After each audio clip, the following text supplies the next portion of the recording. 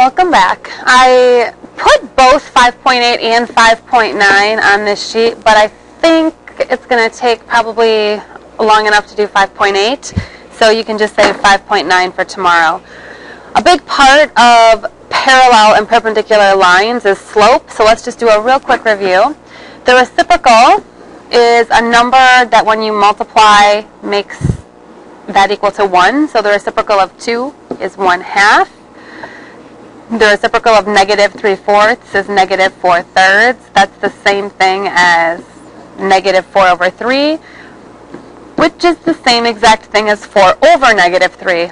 All of those are the same. One negative makes the whole thing negative. And in 2, it would be 3 over 1. Whoopsies.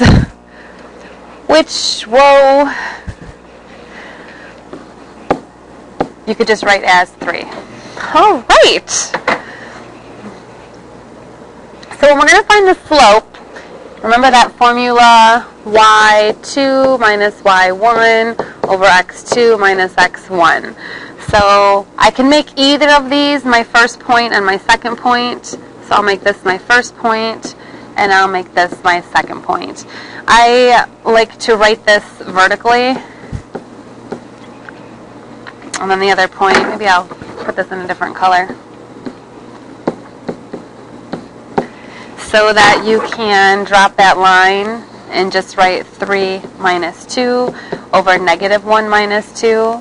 That would be negative 1, positive 1 over negative 3. So the whole thing is negative. You could put the negative next to the 1, next to the 3 out front, just like this.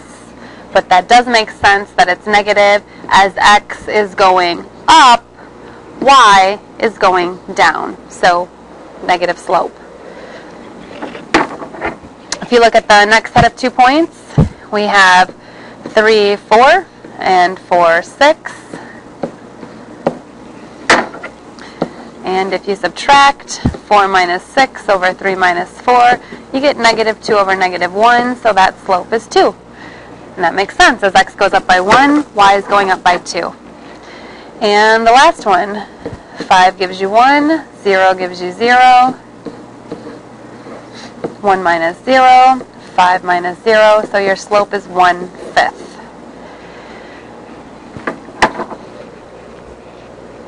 All right. I do have the answers, but I just did them all, so we'll just skip that page. Parallel lines have the same exact slope. We're going to look at these 4 equations.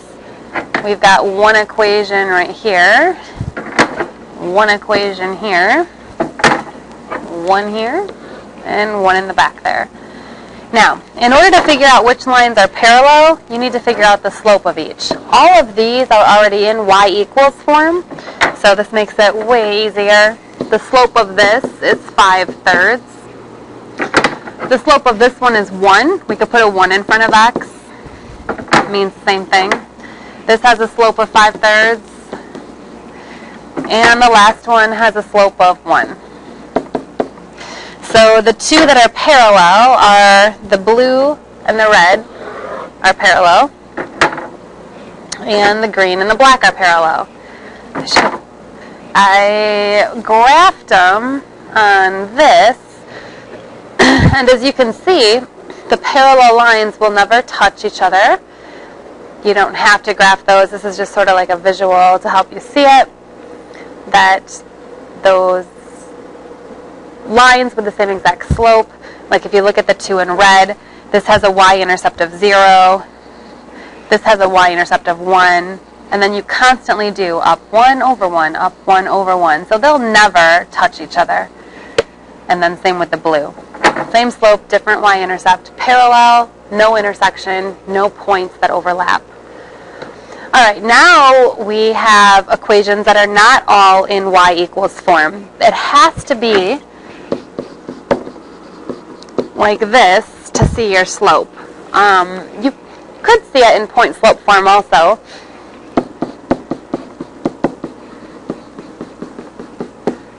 But in standard form, you cannot see it. you'd have to solve for y to find the slope.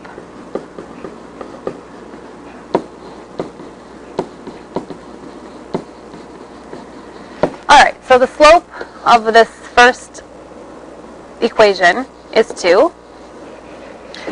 The slope of the second equation is negative 2/3. Let's skip the third one for a minute. The slope of this last equation is 3. And now let's conquer the middle. We have, I'll write it over here, 2x plus 3y equals 8. In order to isolate the y, we're going to subtract the 2x first. So 3y equals negative 2x plus 8. Now you're going to divide 3 by every single term. So we have negative 2/3 x plus 8. You can leave it as 8/3. You could put 6 2/3, or not, 2 2/3, because 3 goes into 8 twice. Either way is fine. So the slope of this right here is negative 2/3. I don't know if you remembered yesterday when we solved ax plus by equals c for y.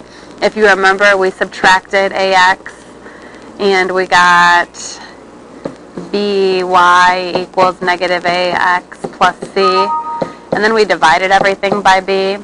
So in standard form, the slope is always negative a over b. So if you just have to find the slope, you could use that, negative a over b, negative 2/3, or you could just solve for y, which I think is easier personally. So the two that are parallel are the middle two. The other have nothing in common. These both have a slope of negative 2/3. The other just don't. So the others aren't parallel, they're just two different lines. If you look at a graph of these, you'll see that the two that are parallel will never touch each other. They have a slightly different y-intercept because that one is 2 2/3, the other one is at 3. That's the 2 2/3 one. And the other two will eventually cross. They have different y-intercepts and different slopes. Perpendicular lines is the exact opposite. These cross at a 90-degree angle. So if this slope is negative 2/3 going down, this slope is the opposite reciprocal, which is 3/2 going up. And that's what makes them hit at this perfect 90-degree angle. Again, this line of y equals 3, that has a slope of 0. I could put 0 over 1. This has a slope of 1 over 0. That's an undefined slope. So those again are perpendicular. 0 and undefined slopes are reciprocals. They're opposite reciprocals too, because a negative with a 0 doesn't matter, so I can throw a negative on whatever one you like.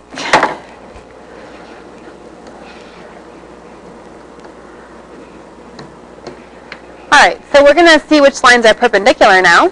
If you look at the first equation here, we have a slope of 5. If you look at this equation, we have a slope of undefined. And if you look at this equation, we have a slope of negative 1/5. And if you look at this equation, if you notice it up here, we have a slope of 0. So these are perpendicular, and you can write perpendicular like that. That means perpendicular.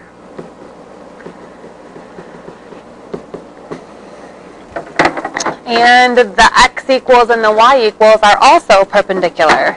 And if you look at a graph of those, you can see that the x equals and y equals cross at a 90-degree angle, as well as the other two. And if you want to make those graphs, you're welcome to. You can just generate a table and go from there. So we want to show that ABC is a right triangle. And it says AB is perpendicular to AC. So we need to find the slope of this, and we need to find the slope of this. So to find the slope, you use your 2 points. So the red line right here that I'm making extra red are the points 1, 2. and negative 2, 0. So if we were to find that slope, 2 minus 0 over 1 minus negative 2 is 2 over 3. So if these are perpendicular, then this slope will be negative 3/2. So let's confirm that. We're going to use these 2 points, negative 2 comma 0 and 0 negative 3. Negative 3 minus 0 over negative, whoa, I wrote that backwards. 0 minus negative 3 over negative 2 minus 0. You can write that backwards. It doesn't make a ton of sense, but if you do write negative 3 minus 0, that's totally fabulous. But you do then have to do this first. Because you did the 3 first, that has to go first. In fact, maybe I'll color code those. So 0 minus negative 2. Just a little side note here. So regardless, we do get, in this case, it's positive 3 over negative 2.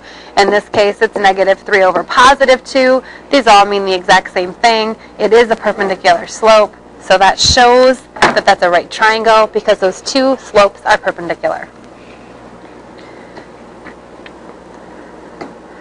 All right, we're going to write an equation in y equals mx plus b that passes through 2, negative 1 and is perpendicular to this. So in our equation, we have a slope of 2. All we need from this equation is the perpendicular slope, which would be negative 1/2. I'm actually no longer looking at this whatsoever. I'm going to write a line with a slope of negative 1/2 and a point up to negative 1. So I need to solve for b. I can do this one of two ways.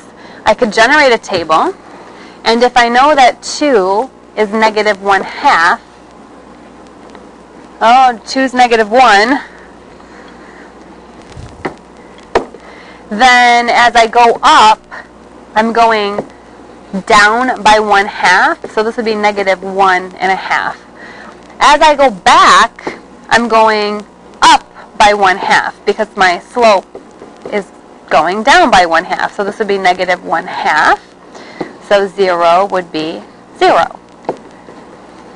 The other way to do this is to know that this is your x and this is your y, and if you plug negative 1 in for y and 2 in for x, you get negative 1 equals negative 1 plus b. So when you solve for b, you get 0. So you have your m, you have your b, whichever way you want to go about it. I personally like this method better, but the table is lovely also. So y equals negative 1/2 x plus 0. Since it's 0, you don't necessarily have to have the 0, so you could just have that.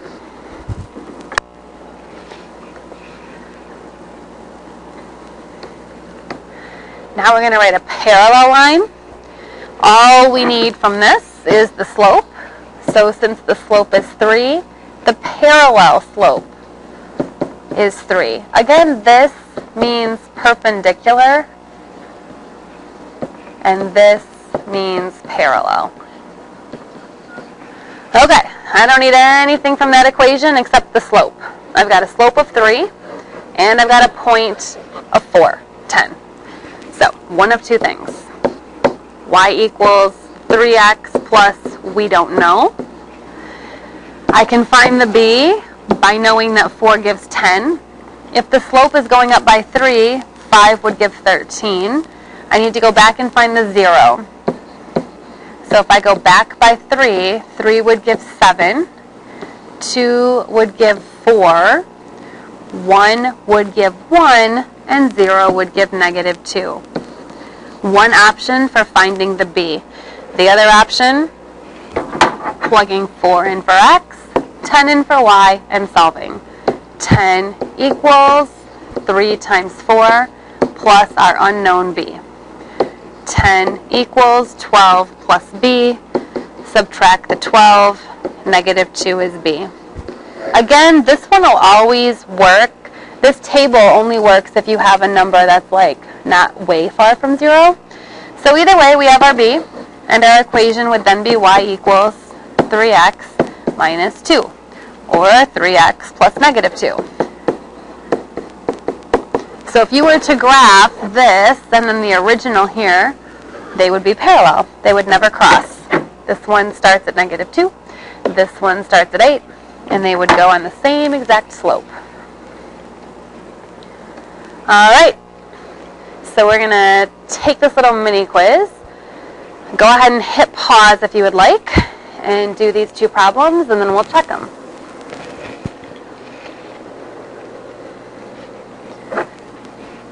Parallel to this means that's your slope. We need nothing else from this. I'm writing an equation through this point with that slope. I'm going to solve my b by plugging 8 in for x, negative 12 in for y, and negative 3/4 in for m.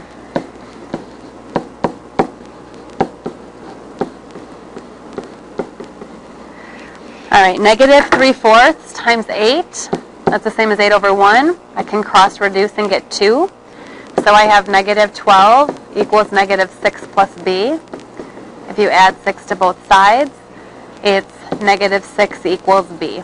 So my parallel line would be y equals negative 3/4 x minus 6, or plus negative 6.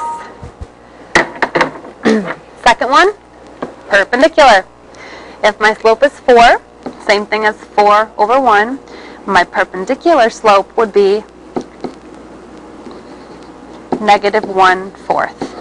That's the slope. I need nothing from there, and that's my point.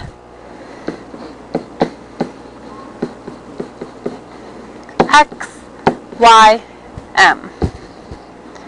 Negative 3 equals negative 1/4 times 4 plus b. That's my unknown. Negative 3 equals negative 1 plus b. So b is negative 2. My final equation is y equals negative 1/4 x plus negative 2, or minus 2. I really like plus and negative, so I'm going to continue with that. All right, that wraps up Chapter 5, Section 8, and you can either continue and watch Chapter 9 in the next segment, or you can save that for tomorrow night's enjoyment. Have a great evening.